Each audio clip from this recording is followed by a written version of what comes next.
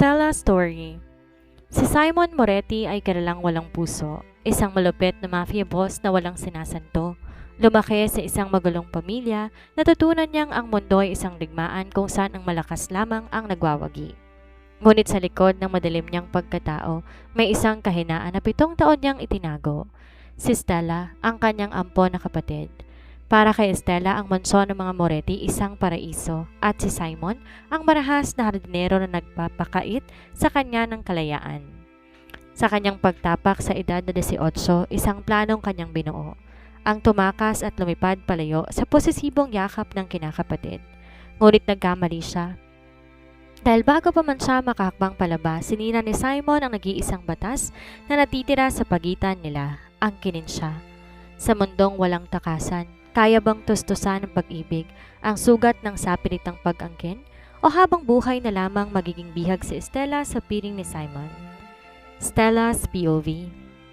Ang gabi sa mansyon ng mga Moretti, laging may dalang kakaibang lamig. Para kay Stella, ang bawat sulok ng nabuhalang bahay na yon ay hindi tahanan, kundi isang magarang bilangguan. 17 taon na siya sa mundong to, ngunit kahit minsan, hindi niya naranasan ang lumabas ng walang nakabuntot ng mga lalaking nakaitim at may armas sa bewang.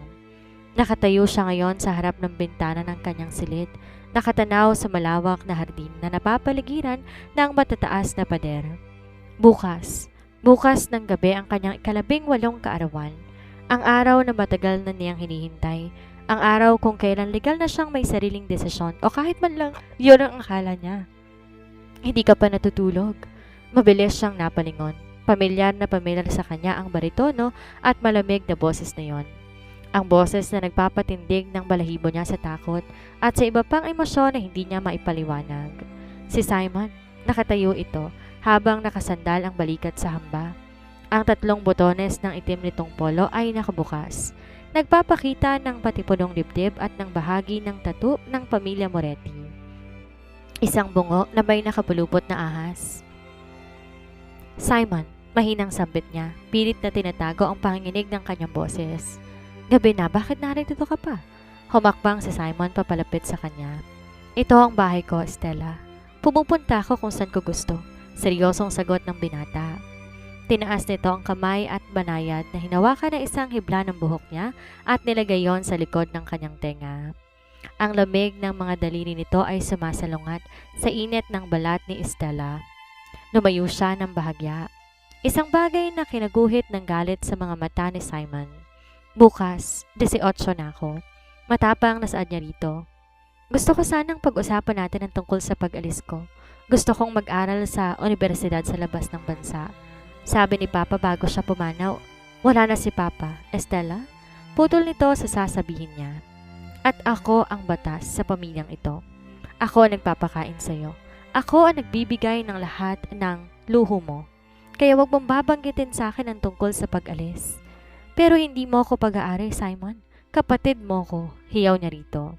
Hindi niya na napigilan pa ang emosyon. Ampon man ako, tinuring akong anak ni Papa. May karapatan din akong mabuhay ng malaya.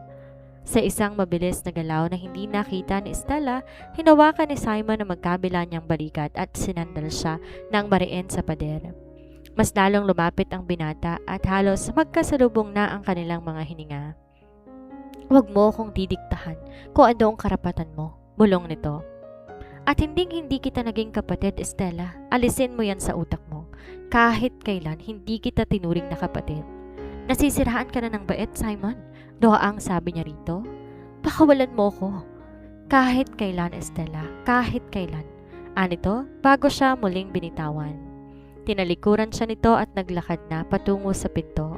Matulog ka na. May malaking handaan bukas para sa kaarawan mo. Siguraduhin mong nakangiti ka. Nang magsarang pinto, napaupo siya sa sahig at napaiyak. Ang higpit ni Simon ay palala ng palala.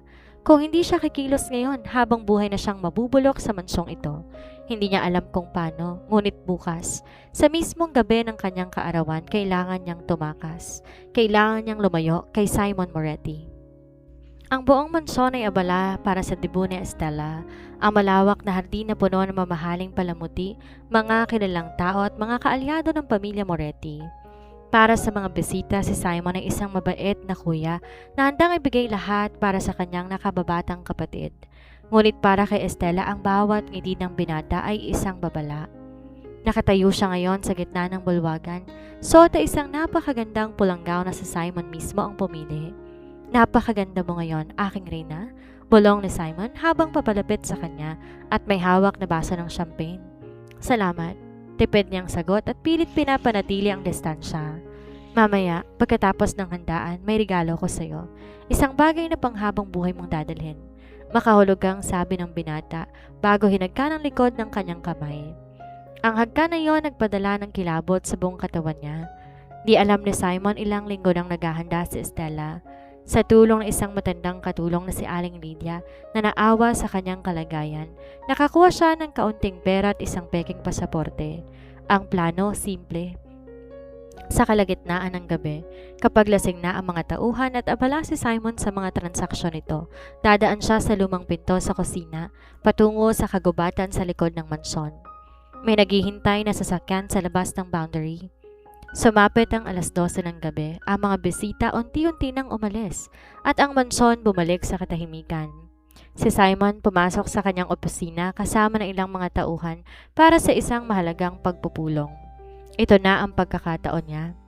Mabilis siyang pumasok sa kanyang silid, tinanggal ang mabigat na gown at nagsuot ng simpleng maong at itim na jacket. Kinuha niya ang maliit na backpack na tinago niya sa ilalim ng kama. Puno ng kaba ang kanyang puso.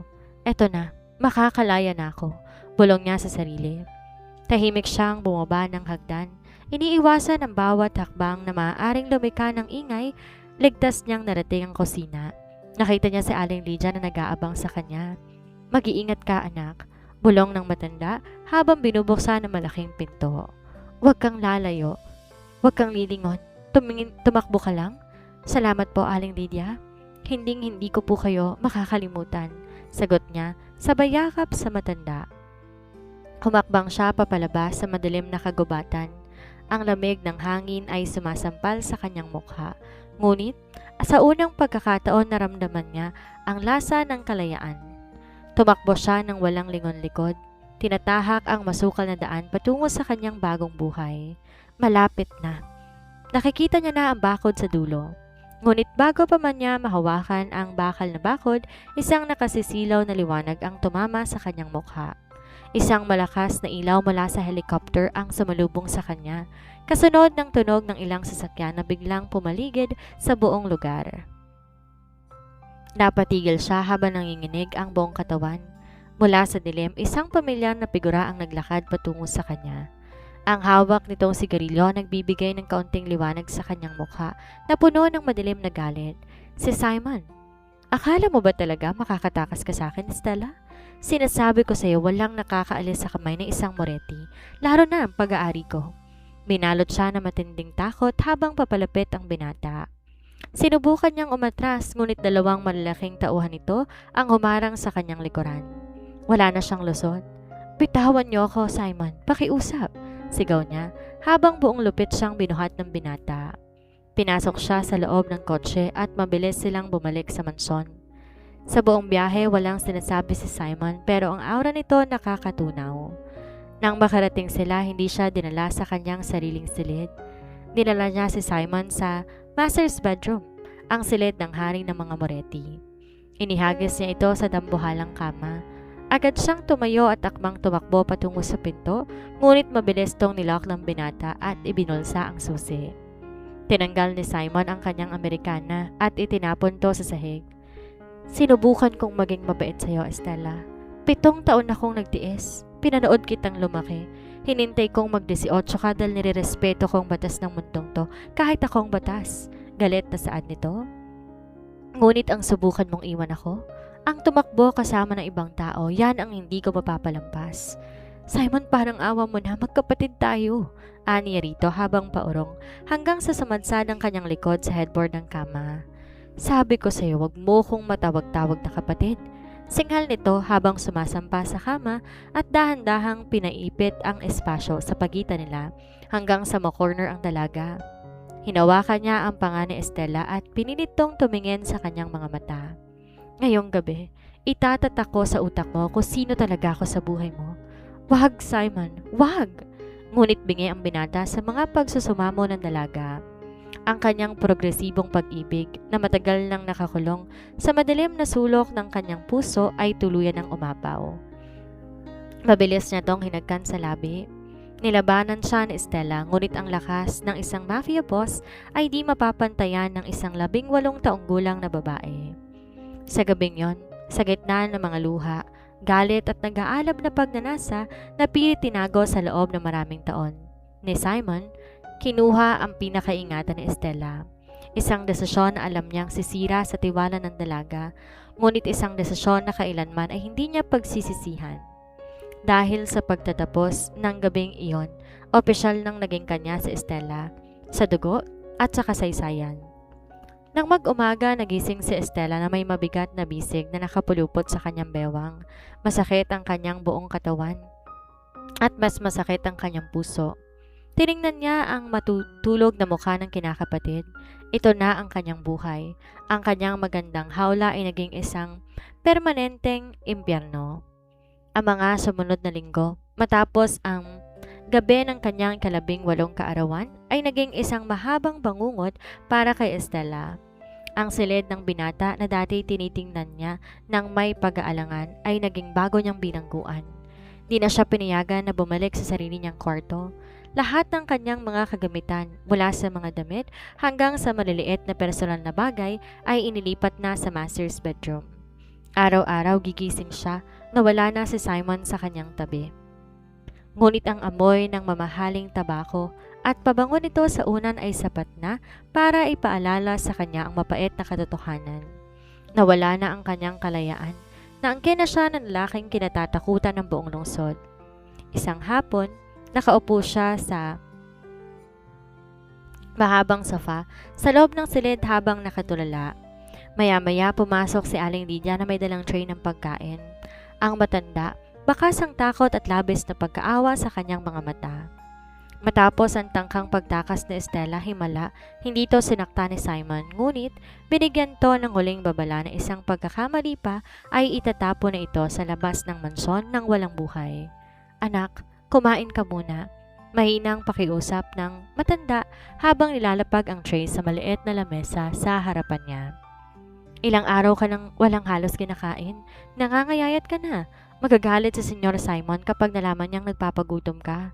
Sa pagkabanggit sa pangalan ng lalaki, mabait siyang ngumiti. Salamat, Aling Lydia, pero wala po akong gana. Hayaan mo siyang magalit. Ano pa ba ang gagawin niya sa akin? Nakuha niya na ang lahat, hindi ba?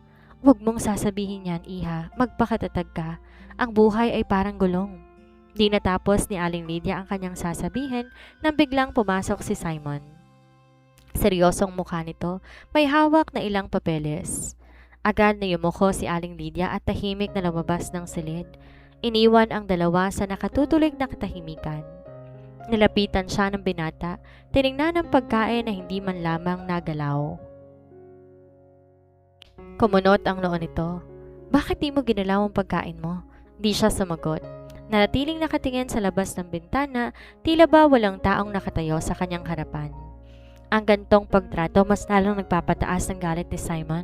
Sanay siya na ang lahat ng tao sumasamba sa kanyang paanan. Na sa isang sulyap lang niya ay nanginginig na ang kanyang mga kaaway. Ngunit ang babaeng to, ang nag-iisang babae na gusto niyang lumuhod sa pagmamahal sa kanya, ay tinatrato siyang parang hangin. Hinawakan nito ang panga ni Stella at pilit itong iniharap sa kanya. Kapag kinakausap kita, Stella, tumingin ka sa akin. Galit na utos niya. Para ano, Simon? Matapang niyang sinilubong ang mga mata nito. Para makita ko kung paano mo unti-unting sinisira yung pagkatao ko. Yun naman ang gusto mo, di ba? Ang maging sunod-sunod ako sa'yo. Nakuha mo na ang katawan ko pero hindi mo makukuha ang puso ko. Kamumuhian kita habang buhay. Isang madilim ng ngiti ang gumuhit sa mga labi ng binata. Bagaman sa loob niya tila sinasakal ang kanyang puso sa mga salita ni Stella. Kasinungalingan, bulong niya at lalong inilapit ang kanyang mukha dito. Kahit kamuhian mo ako, sa akin ka pa rin uuwi. Sa kama ko pa rin ikaw matutulog. Akin ka, Stella, tandaan mo yan? Walang ibang lalaking po pwedeng humawak sa'yo kundi ako. Binitawan niya ang panganang dalaga at tumayo ng tuwid. Nihagis niya ang isang kahon sa kandungan ni Stella. Suotin mo yan. May mahalagang hapunan tayo mamayang gabi kasama ng pamilya Barone. Gusto kong makita lahat na ang reyna ng mga Monretti ay walang kapantayang ganda. Ayoko, matigas sa sagot niya. Hindi ako sasama sa maduduming transaksyon mo. Di ako gamit na maaari mong ipagmalaki sa mga katulad mong masamang tao. Lumapit muli ang binata at sa pagkakataong to, bumaba ito sa antas ng mukha niya at bumulong sa kanyang tenga. Kung hindi ka lalabas ng silid na to ng kusa at nakasuot ng damit na yan, sisiguraduhin kong bukas na bukas din, mawawala ng trabahong pamilya ni Lydia. At alam mo kung anong ginagawa ko sa mga taong walang silbi sa akin, hindi ba? Kagad nanlaki ang mata niya sa matinding takot at galit. Napakasama mo. Wala silang kasalanan. Nasa sayo ang desisyon, aking sinta. Nakangiting banta ni Simon bago tumalikod at tuluyang lumabas ng silid. Naiwan siyang nanginginig sa galit. Wala siyang magawa. Ginamit ng binata ang tanging kahinaan niya, ang kanyang mabuting puso para sa kaligtasan ni Aling Lydia at ng pamilya nito. Napilitan siyang buksan ang kahon. Isang napakagandang itim na lace dress ang lumarawan sa kanyang paningin. Tila isang simbolo ng kanyang pagdadalamhati sa sariling kalayaan. Sumapit ang gabi. Ang marangyang restaurant na pagmamayari ng mga Moretti ay eksklusibong sinara para sa gabing yon. Ang pamilya Barone, ang isa sa pinakamalakas na karibal, ngunit kasosyo ng mga Moretti sa negosyo ay sa mga ilegal na armas naroon na. Nang pumasok sila ng binata, halos mapatigil ang lahat. Hawak-hawak ni Simon ang kanyang bewang ng napakahigpit. Isang malinaw na senya sa lahat ng kalalakihan sa silid na ang babaeng kasama niya ay pag-aari niya at bawal titigan. Si Stella naman naglalakad na parang isang estatwa. Maganda, ngunit walang buhay ang mga ngiti. Ah, Simon! Napakagandang gabi. Bati ng pinuno ng pamilya, Barone na si Don Renato. Kasama nitong anak na lalaki, si Fred Barone, isang matangkad, makisig, ngunit may mapanganib ng ngiti sa labi. Don Renato, formal na bati ni Simon habang nakikipagkamay. Naupo sila sa mahabang lamesa. Sa buong hapunan naramdaman niya ang malalagkit at mapanuring tingin ni Mateo. Hindi ito makatatakas sa paningin ni Simon na bawat segundo mas lalo nagiging madilim ang aura. Ang tensyon sa pagitan ng dalawang makapangyarihang lalaki ay tila magsisimula na anumang oras. Sino yung magandang binibining kasama mo, Simon? Ang alam ko may ampon na kapatid ng iyong yumaong ama. Ngunit di ko akalaing ganito pala siya karigit. Wika ni Mateo, halatang tinatapakan ang teritoryo ng binata sa pamamagitan ng pagtitig sa kanya. Bago pa man makasagot si Stella, hinawakan ni Simon ang kanyang baso ng alak at dahan-dahang inikot ito. Siya si Stella at hindi ko siya kapatid, Mateo. Siya ang nag-iisang babae na may hawak ng pangalang Moretti. Nagulat si Don Renato sa narinig, habang si Mateo naman mas lalong umiti na mapanganib. Batid ng lahat sa ilalim ng organisasyon na kapag ang isang mafia boss nagdeklara ng kanyang pag-aari, pagpanaw ang kaparusahan ng sino mang magtangtangkang humawak dito. Naramdaman ni Stella ang labis na kahihiyan. Ginamit siya ng lalaki para sa kanyang sariling garbo at kapangyarihan. Sa kalagitnaan ng gabi, nagpaalam siya na pupunta lamang sa palikuran para makahinga. Nung una ayaw siyang payagan ni Simon, ngunit nang makita ang pamumutla niya, hinayaan siya nito, sa kondisyon na may dalawang bodyguard na mag-aabang sa labas ng pinto. Nang makapasok sa powder room, napasandal siya sa lababo at umiyak ng tahimik. Hanggang kailan ko ba titiisin to? Bulong niya. Pagkatapos mag-ayos ng sarili, binuksan niya ang pinto para lumabas. Ngunit laking gulat niya na may isang kamay na humila sa kanya patungo sa isang madilim na pasilyo sa gilid ng restaurant. Akma siyang sisigaw ng tapak na lalaki ang kanyang bibig. Huwag kang maingay, magandang binibini. Bulong ni Mateo habang nakangiti at kinulong siya sa pagitan ng kanyang mga bisig at ng pader. Nakikita ko sa mga mata mo, hindi mo gusto si Simon, hindi ba? Bihag ka niya. Nanginginig siya ngunit pilit niyang tinanggal ang kamay ng lalaki. Umalis ka na rito, kapag nalaman to ni Simon, papasdangin ka niya. Hayaan mong subukan niya, tawa ni Mateo. Ang pamilya Barone hindi natatakot sa mga Moretti. At kung gusto mong makawala sa lalaking yon, Stella, ako ang susi mo. Matutulungan kitang pabagsakin si Simon at ibibigay ko sa iyo ang kalayaang matagal mo nang hinihingi. Isipin mo ang alok ko. Pero bago pa man siya makasagot, nakarinig sila ng mabibigat na yabag ng sapatos papalapit sa kanilang direksyon. Mabilis siyang binitawan ni Mateo at naglakad palayo nang may mapanuring ngiti. Isang revolusyon ang unti-unting nabubuo sa puso niya. Mapanganib si Mateo, alam niya yon. Ngunit sa sandaling yon, sa loob ng kanyang desperasyon na makatakas kay Simon ang alok ng kaaway, ay tila isang mitsa ng pag-asa na handa niyang kapitan, kahit pang kapalit nito ay ang pag-aklas ng mga Moretti.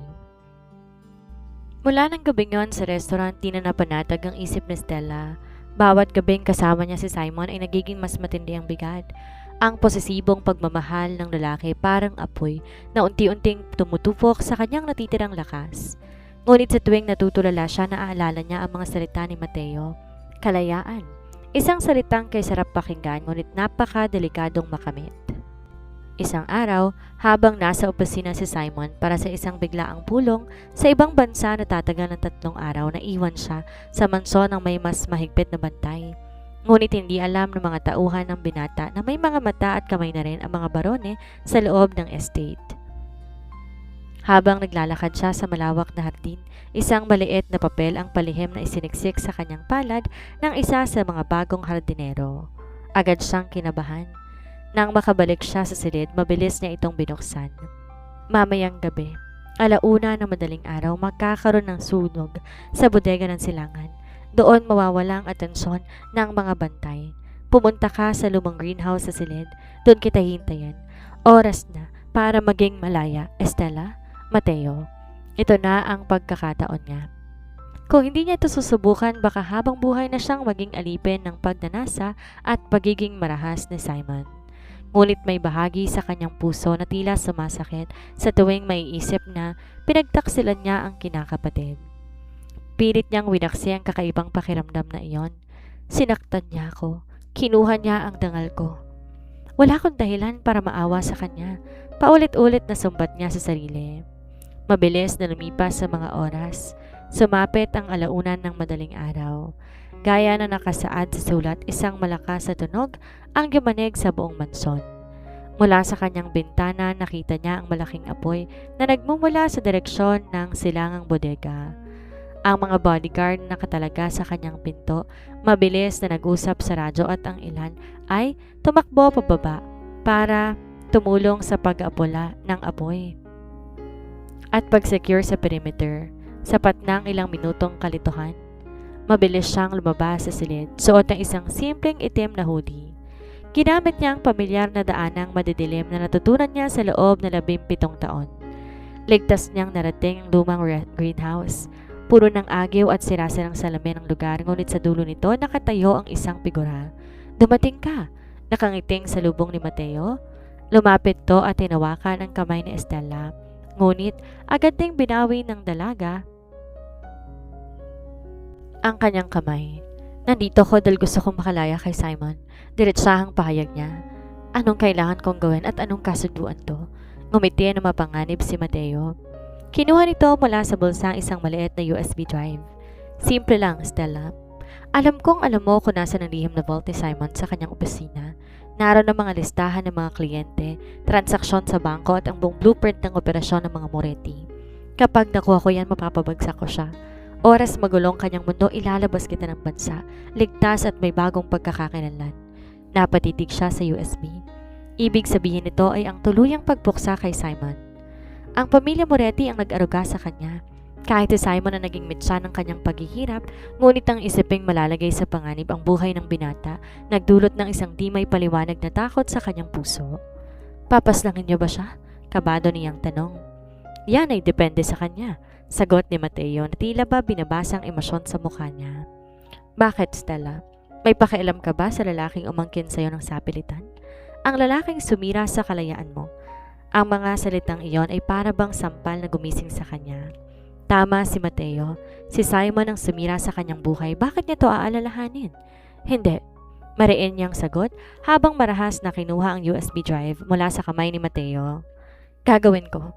May 2 araw pa bago bumalik si Simon mula sa kanyang biyahe.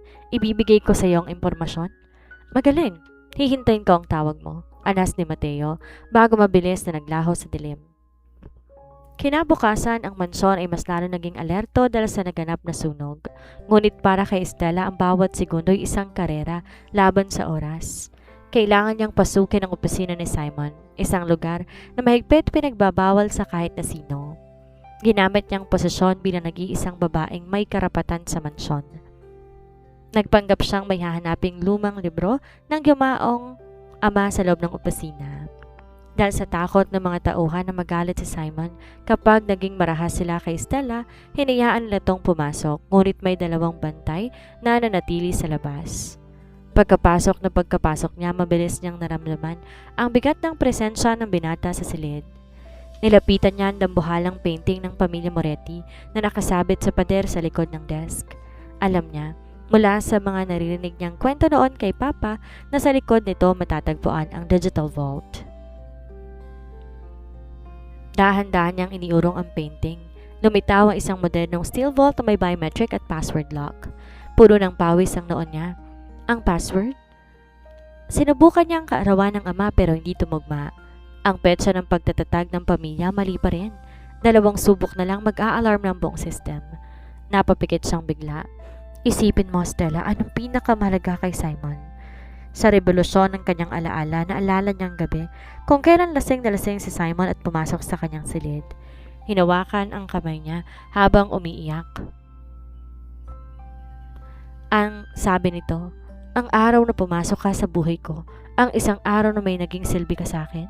Ang araw na dinala siya sa mansyon bilang ampon, Oktubre 14. Nanginginig ang daliri niya, tinitipa ang petsa, 1014. Click.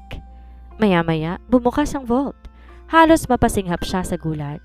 Sa loob may mga bundles ng dolyar, mga gintong bar at hard drive na naglalaman ng lahat ng lihim ng pamilya. Mabilis niyang sinalpak ng USB drive ni Mateo sa port ng hard drive. Sinubukan ang pag-copy ng mga file. Ang loading bar sa screen tila gumagalaw sa pinakamabagal na takot ng buhay niya. 10%, 40%, 70%. Bilisan mo, pakiusap. Bulong niya habang nakatingin sa pinto. 100%, transfer complete. Mabilis niyang tinanggal ang USB, sinara ang vault at bumalik ang painting sa tamang posisyon. Saktong pagkaayos niya, pumasok ang pinuno ng mga bodyguard na si Rene. Senyorita Estela, tapos na po ba kayo? May tumatawag po sa satellite phone ni Senyor Simon at nalaman niyang nandun kayo.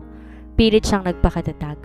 Hawak ang lumang libro sa kanyang dibdib upang itago ang kaba niya at ang USB sa kanyang bulsa.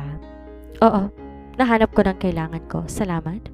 Nang makabalik sa silid, agad siyang tinawagan ang numerong binigay ni Mateo gamit isang disposable phone na nakuha niya kay Aling Lydia. Nasa akin ang impormasyon. Maikli niyang sabi. Magaling, aking Reyna. Sagot ng mapanganib na boses na nasa kabilang linya. Mamayang gabi, darating si Simon. Sa mismong daungan ng pribadong port ng mga Moretti ang kanyang bagsak. Doon natin siya sasalubungin. Ipapadala kong aking mga tao para sunduin ka bago siya makarating. Tapos na ang pagtitiis mo, Estela? Maya-maya, binaba niya nila ang telepono. Wala nang balikan ito. Sa kanyang isip, binuo niyang imahe ng kanyang kalayaan. Ang malawak na dagat, ang bagong buhay na walang takot, at ang pagkawala sa anino ni Simon Moretti. Ngunit hindi niya alam ang pakikipag-alyansa sa isang ahas tulad ni Mateo Barone ay mas madilim na kaparangan. Malamig ang hangin na nagbubuhat sa dagat nang sumapit ang madaling araw. Ang pribadong daungan ng mga Moretti na karaniwang eksklusibong bagsakan ng mga kontrabando at mamahaling kargamento ay nababalot ngayon ng kabibinging katahimikan. Walang kaalam-alam ang mga nakatalagang tauhan ni Simon ang buong paligid na papaligiran ng mga armadong lalaki ng pamilya Barone. Sa loob ng isang itim na SUV na nakaparada sa di kalayuan, nakaupo si Estela kasama si Mateo. Nahanginig ang mga kamay habang nakatingin sa labas. Nagtagumpay ang mga tao ni Mateo na ilabas siya sa mansyon bago pa man dumaong ang yate ni Simon. Hawak na rin ni Mateo ang USB drive na naglalaman ng lahat ng lihim ng mga Moretti. Kinakabahan ka, aking Reyna? Nakangiting tanong ni Mateo habang kinakargahan ng kanyang armas. Huwag kang mag-alala. Sa loob ng ilang minuto tapos na ang kaharian ng mga Moretti. Magiging malaya ka na. Hindi siya sumagot. Tumingin siya sa malawak na karagatan kung saan tanaw na ang papalapit na ilaw ng yate ni Simon. Sa kabila ng galit niya at matinding pagnanais na makalaya, may kung anong bigat sa kanyang puso na hindi niya maipaliwanag. Isang malalim na takot para sa buhay ng lalaking umangkin sa kanya. Nang tuluyang dumaong ang yate. Unang bumaba ang 4 na bodyguard ni Simon, kasunod ang binata. Subalit bago pa to makahakbang patungo sa kanyang sasakyan, biglang bumukas ang dambuhalang mga spotlight ng mga barone. Nililiwanagan ang buong daungan. Ibagsak ang mga armas, Simon. Sigaw ng isa sa mga tauhan ni Mateo sa megaphone. Agad siyang pinaligiran ng kanyang mga bodyguard. Binunot ang kanilang mga armas. Ngunit huli na ang lahat. Mula sa mga container van at madidilim na sulok, lumabas ang dose-dose ng armadong tauhan ng mga barone habang nakatutok ang mga armas sa kanila. Bumaba si Mateo sa SUV. Sumunod si Stella na parabang hinihila ang mga paa. Nang makita niya si Mateo, kaagad nagtagis ang kanyang panga. Ngunit nang dumapo ang kanyang mga mata, kay Estela na nakatayo sa likod ng kanyang kaaway, tila ba tumigil ang mundo para sa kanya. Ang galit sa mukha niya napalitan na isang emosyong bihira o sadyang hindi pa nakikita ni Stella sa kanya. Isang matinding sakit at pagkagulat. Stella? Mahinang sambit niya. Nanginig ang kanyang boses hindi dahil sa takot kundi sa katotohanan na ang nag-iisang babaeng pinagkatiwalaan at minahal niya ang nagdala sa kanya sa bingit ng kapahamakan. Tapos na ang laro, Simon. Tawa ni Mateo, tinaas ang USB drive. Nasa akin ang buong buhay mo. Ang mga transaksyon mo at ang mga babae mo, binigay niya sa akin lahat para lang makalaya sa'yo. Tinignan niya ang USB. Muling binalik ang tingin kay Stella. Totoo ba? Ikaw ang nagbukas ng vault ko. Ginamit mong petsa kung kailan ka dumating sa buhay ko para sirain ako? Oo, Simon. Umiiyak na sagot ni Stella. Pilit pinanindigan ang kanyang desisyon. Gusto kong makalaya sa'yo. Ikaw ang gumawa nito sa atin. Ikaw ang sumira sa atin. Bago pa man makasagot ang binata, biglang nagbagong ihip ng hangin. Humakbang si Mateo papalapit sa kanya, marahas na hinawakan ng kanyang buhok. Tinutok ang isang arma sa kanyang sentido. Mateo, anong ginagawa mo? Sigaw niya sa matinding gulat. Akala mo ba talaga ililigtas kita dahil naaawa ko sa'yo, ha? Stella? Tawa ni Mateo. Anong ginawa mo? Isang moreti ka pa rin sa papel at ikaw ang pinakamagandang pain para sumuko ang lalaking yan ng walang laban. Nanlumo siya sa matinding pagsisisi. Nagkamali siya. Naniwala sa isang mas malaking demonyo para takasan ang sarili niyang bilangguan. Bitawan mo siya, Mateo. Malamig na utos ni Simon. Walang bakas ng takot sa kanyang mukha para sa sarili niyang buhay. Itapon mo ang baril mo, Simon. Lumuhod ka sa harapan ko at ibigay mo ang buong kontrol sa daungan nito, kung hindi, mawawala ang reyna mo. Banta ni Mateo, walang pag-aalinlangan. Ang isang mafia boss na kilalang walang puso, ang lalaking pumaslang na napakaraming tao ng walang korap, dahan-dahang nagbaba ng armas at binitawan to sa semento. Kasunod, dahan-dahan tong lumuhod sa maruhing sahig ng daungan. Simon, wag! Pakiusap! Sigaw ni Stella. Batid niya ang batas sa kanilang mundo. Ang pagluhod ng isang boss nangangahulugan ng katapusan at kawalang karangalan. Ngunit ginagawa to ni Simon ng walang pagpikit. Nakatitig lang sa kanya. Tila sinasabi na walang halaga lahat kung mawawala ang dalaga. Pakawalan mo si Stella. Wala siyang kinalaman dito. Ako ang kunin mo. Seryosong wika ni Simon. Napakalambot mo pala pagdating sa babaeng to, Simon. Isang malaking kahinaan. Ngumisi si Mateo, ngunit di nito alam. Habang nakakuha ng atensyon ng eksena, ang mga tauhan ni Simon sa yate ay nakaposisyon na gamit ang mga sniper. Isang putok ang umalingaw-ngaw. Tinamaan si Mateo sa balikat, dahilan upang mabitawan niya si Stella. Ngayon na! Sigaw ng kanang kamay ng binata. Agad sumiklab ang isang laban ng dalawang kampo, binalot ng usok at tunog ng balang buong daungan. Sa gitna ng kaguluhan, mabilis tumayo si Simon at tumakbo patungo kay Stella na nakadapa sa sahig. Umiiyak at nagtatago sa likod ng isang bakal na poste. Isang tauhan ng mga barone ang nakakita kay Stella at tinutok ang arma sa dalaga. Stella, dapa! Sigaw ni Simon. Huli na para makailag si Stella. Ngunit bago pa man tumama ang bala sa kanya, isang matipunong katawan ang umarang sa kanyang harapan. Narinig ni Stella ang mahinang sigaw ng sakit mula kay Simon. Napatingin siya sa binata habang dahan-dahan tong napapalahod sa kanyang harap. May pulang likidong umaagos sa tagiliran at likod nito. Sinalo niya ang katawan nito. Simon? Nanginginig ang boses niya. Tuluyang nawala ng lakas ang kanyang buong pagkatao. Bakit mo ginawa yun? Aniya rito. Sabi ko sa'yo, akin ka, Stella. Mahinang bulong nito at pilit nang umingiti habang hinahawakan ng pisngi ng dalaga. Hindi ko hahayaang saktan ka ng iba. Mabilis na responde ang natitirang mga elite na tauhan ni Simon.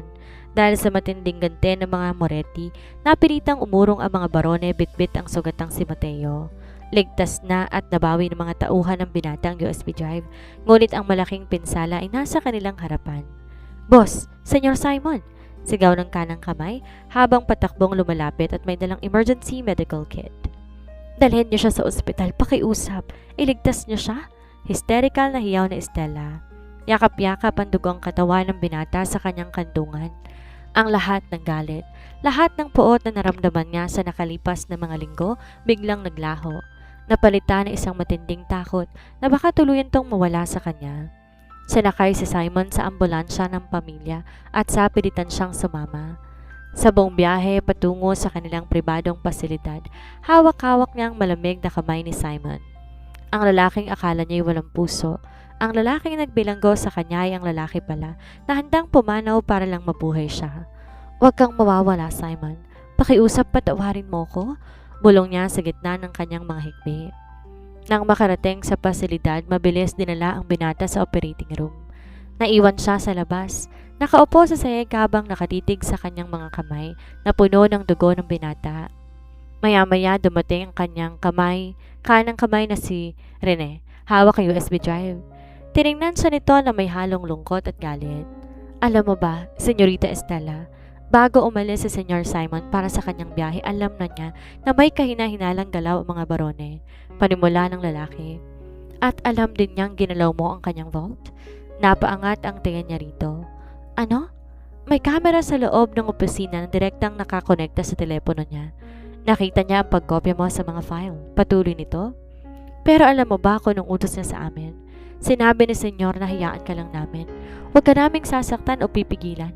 Sabi niya, kung ang mga lihim na yon ang magiging kabayaran para sa kalayaan mo, handa niyang ibigay. Parang gumuho ang mundo ni Stella sa kanyang narinig. Napahawak siya sa dibdib dahil sa matinding sakit ng katotohanan.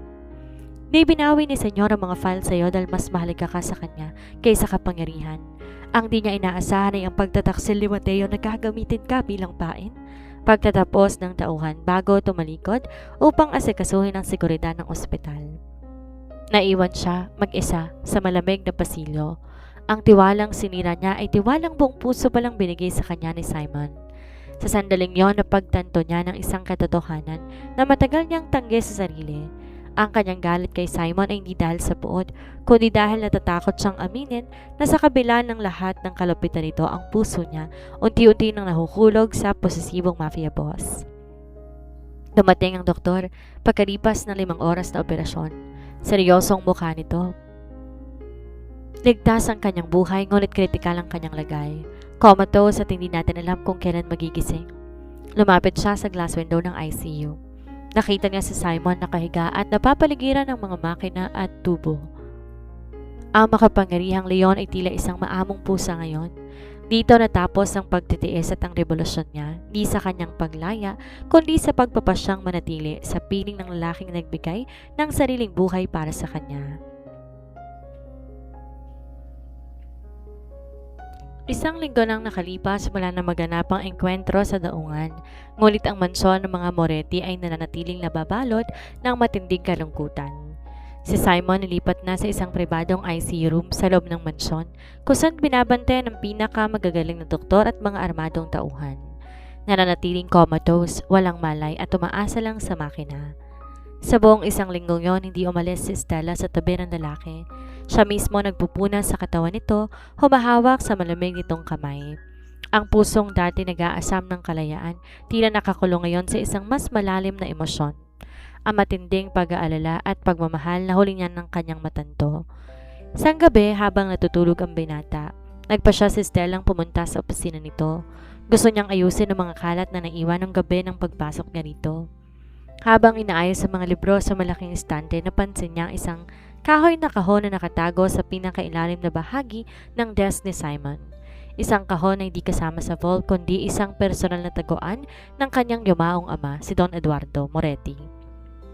Dinala niya ang kahon sa mesa, dahan-dahan tong binuksan. Sa loob may mga lumang larawan, isang sulat na may selo ng pamilya at opisyal na dokumento mula sa isang pribadong ospital. Nang buksan ang dokumento, halos matigil ang tibok ng kanyang puso. Ito ay isang DNA test result at isang legal na adoption paper. Ayon sa nakasulat, siya hindi basta ampon na pinulot sa kung saan. Siya ay anak na isang matalik na kaibigan at kasosyo ni Don Eduardo na pinaslang ng karibal na pamilya nung sanggol pa lamang siya. Upang protektahan ang buhay niya, ay kinuha siya ni Don Eduardo at pinalabas na ampon na walang pinagmulan. Ngunit ang mas nagpagulat sa kanya ay ang kalakip na sulat na sinulat mo si mismo ni Simon ilang taon nang nakakalipas bago pa man pumanaw ang kanilang ama. Papa, alam ko ang katotohanan. Alam ko na hindi ko kapatid si Estela kahit sa pangalan ng batas. Itatago ko ang sekretong to dahil ito lang ang paraan para manatili siyang ligtas sa mundong ito. Pero sumusumpa ako, darating ang araw na gagawin ko siyang akin.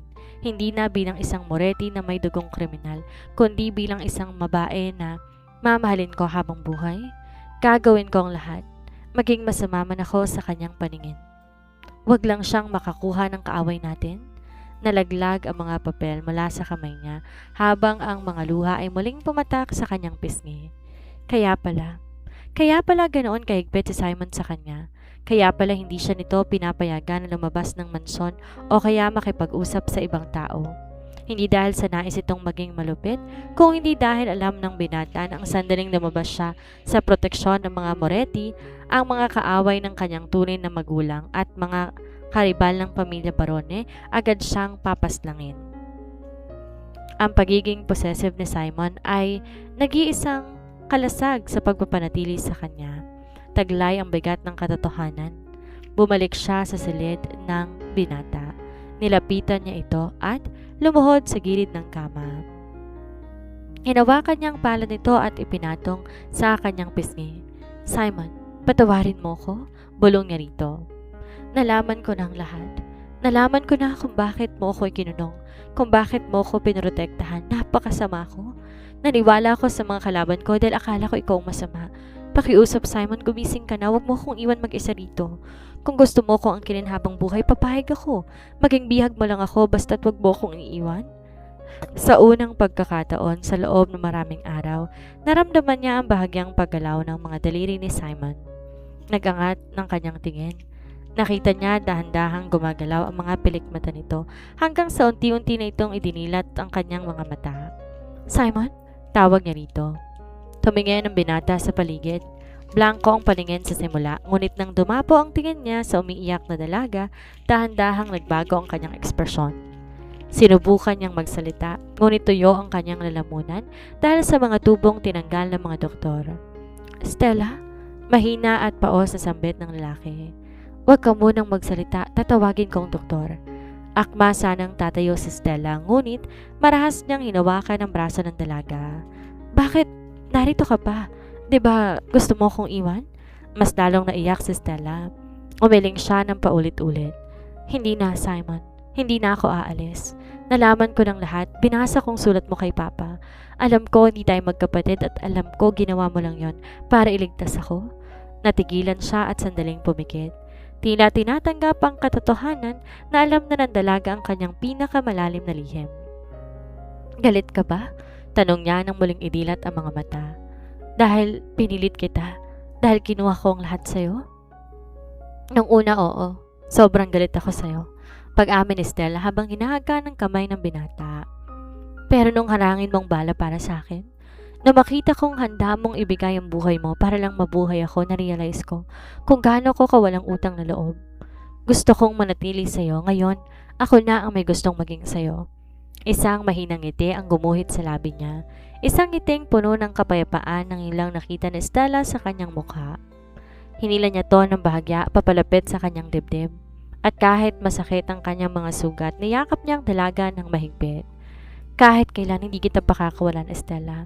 Ngayong alam mo na hindi ko nahahayaan na may umagaw sa'yo sa akin. Ang balita sa pagising ni Simon ay mabilis na kumalat at ito ay nagdala ng matinding takot sa pamilya Barone. Alam ni Mateo na oras makabawi ng lakas ng leon, isang malupit na paghihigante ang sasalubong sa kanila. Bagaman di pa tuluyang magaling ang mga sugat, nakakatayo at nakakalakad na si Simon. Ngunit sa pagkakataong to may nagbago sa loob ng mansyon. Di na nakakulong si Stella sa kwarto, malaya na siyang nakakalakad sa buong estate. Ang kanilang relasyon hindi na nakabatay sa sapilitang pag-angkin, kundi sa isang umuusbong at totoong pagmamahalan. Isang hapon, habang nagtatawanan ang dalawa sa hardin, pumasok ang kanang kamay ni Simon na si Rene. Seryoso ang mukha at may hawak na ulat. "Boss, may problema. Si Mateo Barone hindi pa rin tumitigil. Nalaman namin nagpaplano sila ng malaking pag-atake sa pangunahing warehouse bukas ng gabi. At sa pagkakataong to, nagpasok sila ng mga dayuhang mersenaryo para tuluyan tayong upusin. Ang utos si Don Renato, pasnangin ka at bihagin mo rin sa Senyora Estela para gawing pampalipas oras ni Mateo." Sa pagkabanggit sa pangalan ni Stella at sa masamang balak ni Mateo, agad nagbago ang mukha ni Simon. Ang maamong ekspresyon na pinapakita niya sa dalaga biglang napalitan ng isang mabagsik na ekspresyon. Tumayo si Simon ng tuwid, sinalubong ang tingin ni Rene. Ihanda lahat ng mga tao, ang buong pwersa ng mga Moretti. Walang matutulog bukas ng gabi. Kung gusto ng mga barone ng digmaan, ibibigay ko sa kanila. Simon! Kabado at may takot na hawak ni Stella sa kamay ng lalaki. Lumingon ang binata kay Stella at agad na lumamyos ang kanyang mukha. Hinawakan ang magkabilang pisngi ni Stella at hinagkanto ng mariin sa labi.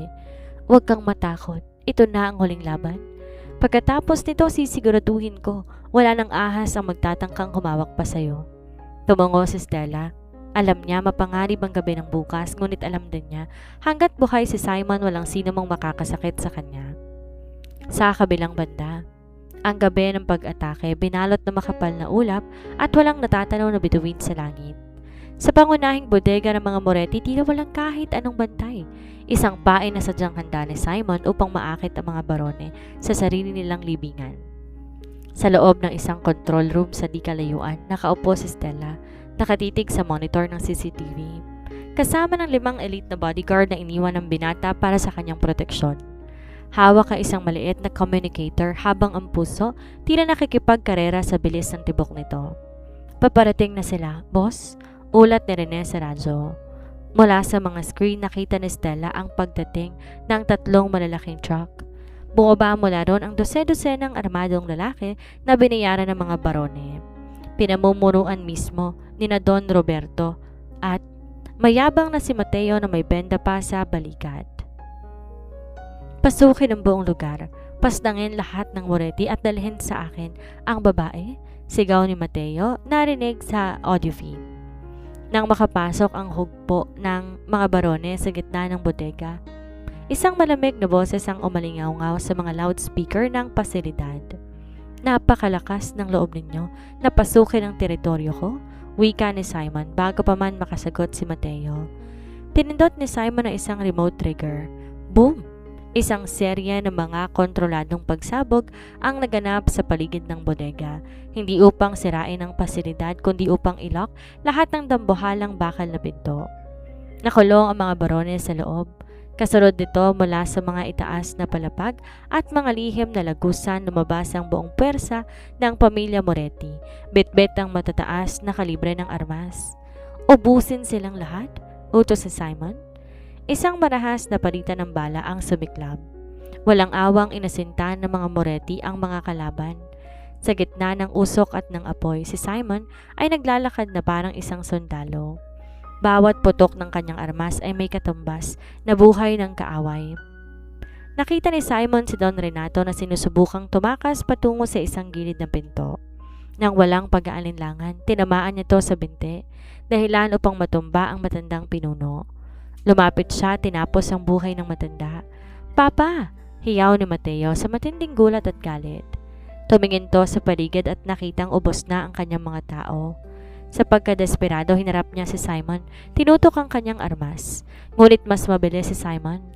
Bago pa man makalabit ni Mateo ang gatilyo, inasinta ni Simon ang kamay nito dahilan upang mabitawan ng sandata.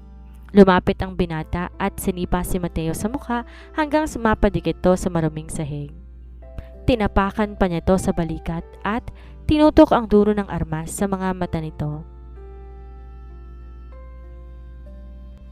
Sabi ko sa'yo, Mateo, walang humahawak sa pagmamayari ko. Pakiusap, Simon. Wag! Pagsusamamon, nanginginig na si Mateo. Huli na para dyan.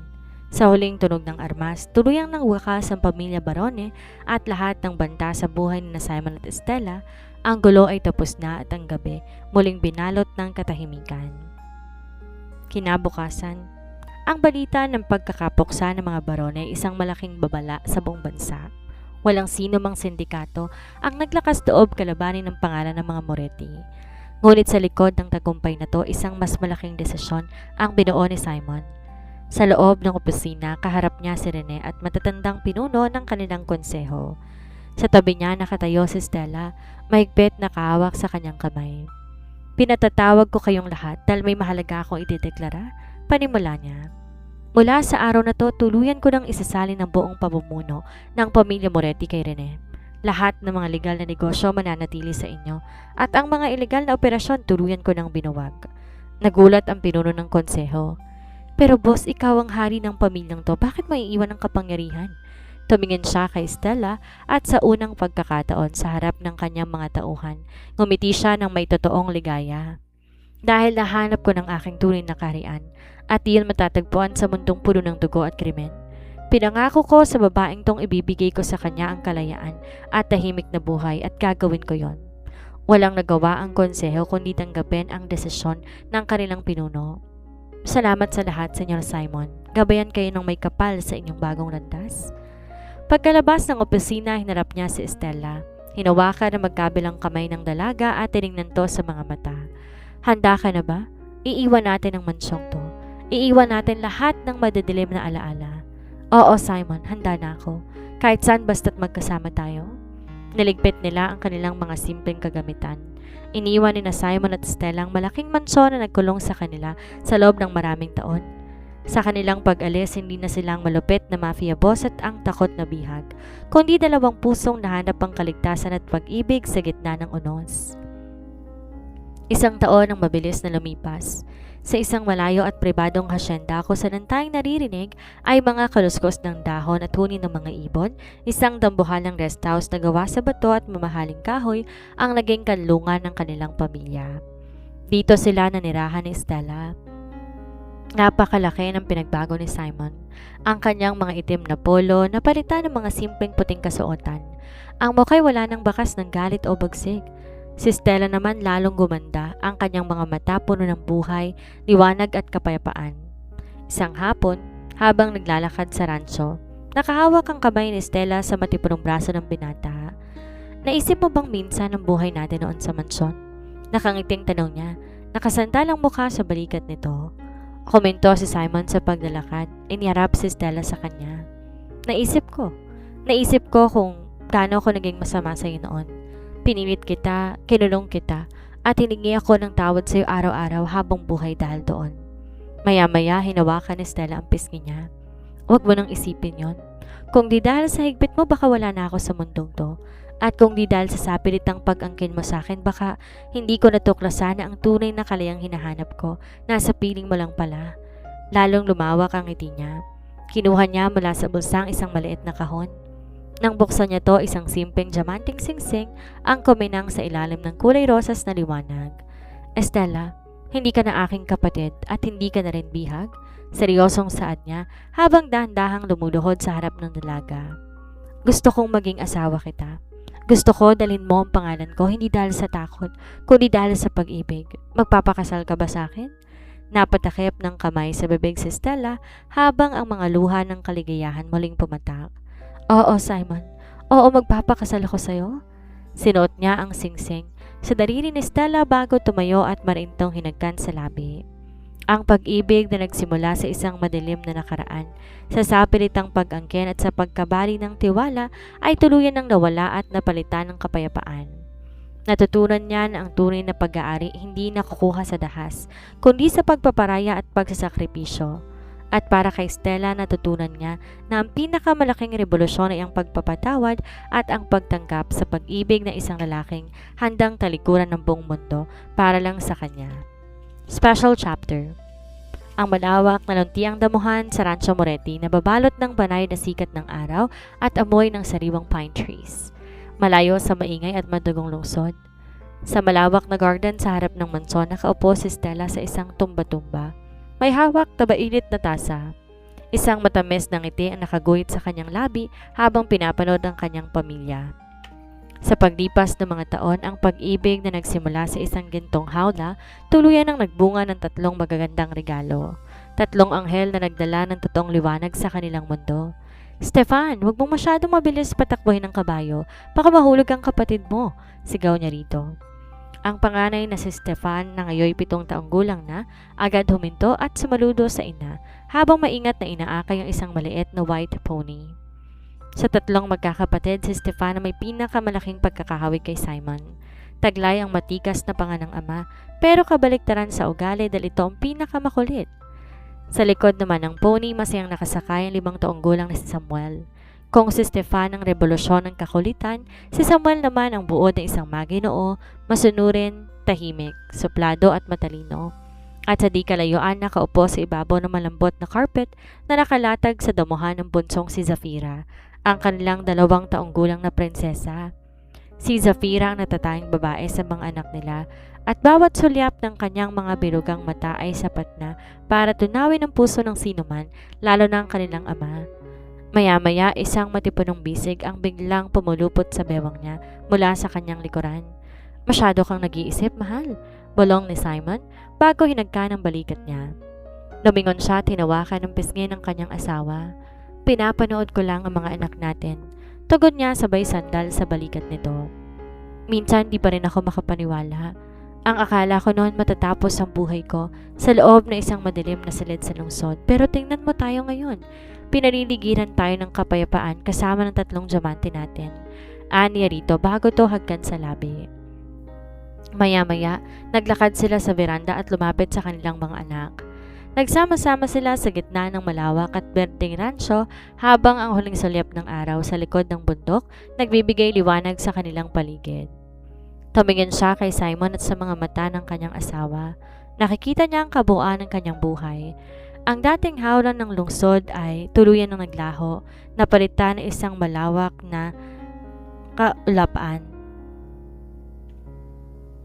Si Simon Moretti maaaring naging isang malapit na boss sa kanyang nakaraan, ngunit sa kasalukuyan at sa hinaharap, siya ang nag-iisang kanlungan, tagapagtanggol at haring ng isang pamilyang binuo sa ibabaw na wagas na pag-ibig at kapatawaran. Aral ng kwento. Ang tunay na pag-ibig hindi nasusukat sa kapangyarihan, pagiging posesibo o pag-angke na may dahas. Ang tunay na pag-ibig na tututong magbago, magsakripisyo at magpalaya para sa ikabubuti at kaligtasan ng minamahal. Ang kapatawaran at pagtitiwala ay nagpapatibay sa isang relasyon at walang madilim na nakaraan ang di kayang baguhin ng isang tapat na puso. Special mention ko lang po, gumawa po ako ng special chapter para ipakilala sa inyo ang 3 anak ni Simon at Estella. Bala ko po sanang gawing series ang 3. Sana po magustuhan ninyo. Maraming salamat po and keep safe everyone.